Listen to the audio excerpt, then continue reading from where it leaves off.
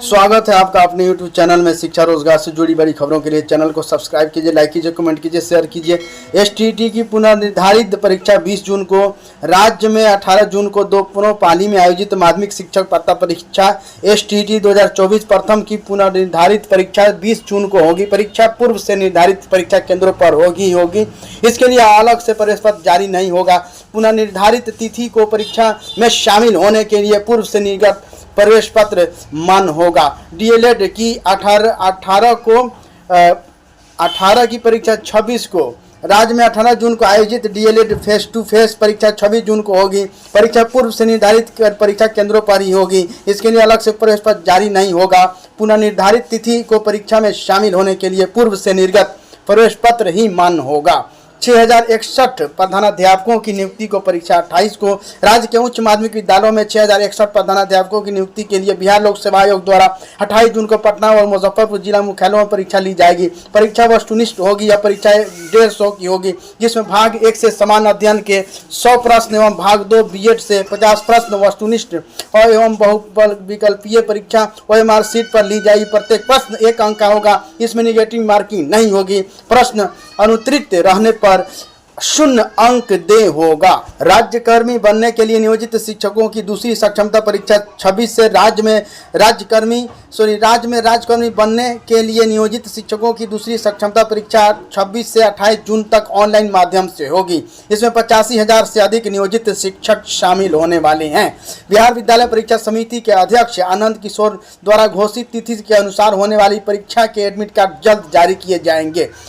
CBT के माध्यम से होगी परीक्षा। इसमें पहली से 5वीं, 6ठी से 8वीं, 9वीं से 10वीं और 11वीं से 12वीं कक्षा नियोजित शिक्षक शामिल होंगे। परीक्षा में 150 वस्तुनिष्ठ प्रश्न पूछे जाएंगे, जिसके लिए 2.5 घंटे का समय निर्धारित है। पहली सक्षमता परीक्षा की तरह दूसरी सक्षमता परीक्षा में भी निगेटिव मार्किंग का प्रावधान नहीं किए गए हैं। आपको याद दिला दूं कि इसमें बैठने के लिए ऑनलाइन परीक्षा फॉर्म 26 अप्रैल से ही भरे जा रहे थे।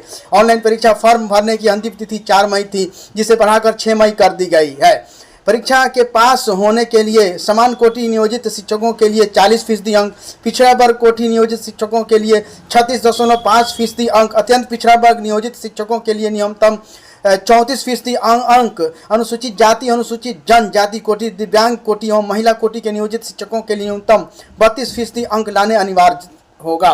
पहली से 5वीं कक्षा के शिक्षकों को 30 अंक की भाषा 40 अंक के समान अध्ययन एवं 80 अंक के समान विषय से सवाल पूछे जाने हैं। 6ठी से 8वीं कक्षा के 30 अंकों की भाषा, 40 अंकों के समान अध्ययन और 80 अंकों के संबंधित विषय के सवाल पूछे जाने हैं। 9वीं 10वीं कक्षा के नियोजित शिक्षकों के लिए सक्षमता परीक्षा में 30 अंकों का भाषा और 40 अंकों के समान अध्ययन और 80 अंकों के संबंधित विषय से सवाल पूछे जाएंगे। 11वीं से 12वीं कक्षा के शिक्षकों के लिए 30 अंकों का भाषा एवं 40 अंकों के समान अध्ययन एवं 80 अंकों के संबंधित विषय से सवाल पूछे जाने हैं। उल्लेखनीय है कि पहली सक्षमता परीक्षा में तकरीबन 1,87,818 नियोजित शिक्षक उत्तीर्ण हो चुके हैं। इनमें 11वीं से 12वीं के 5,313, 9वीं से 10वीं के 20,354, 6ठी से 8वीं कक्षा के 22,941, पहली से 5वीं कक्षा के 1,39,010 शिक्षक। सीमातुला में 11वीं में दाखिले के लिए 28 को प्रवेश परीक्षा। राज्य में नेतरहाट के पैटर्न पर चल रहा सीमातुला आवासीय विद्यालय में सत्र 2024 से 26 में 11वीं कक्षा में दाखिले के लिए प्रवेश परीक्षा 28 जून को होगी। बिहार विद्यालय परीक्षा समिति द्वारा ली जाने वाली यह परीक्षा पटना के विभिन्न परीक्षा केंद्रों पर होगी। प्रधान शिक्षक की लिखित परीक्षा 29 को 13 जिलों में होगी।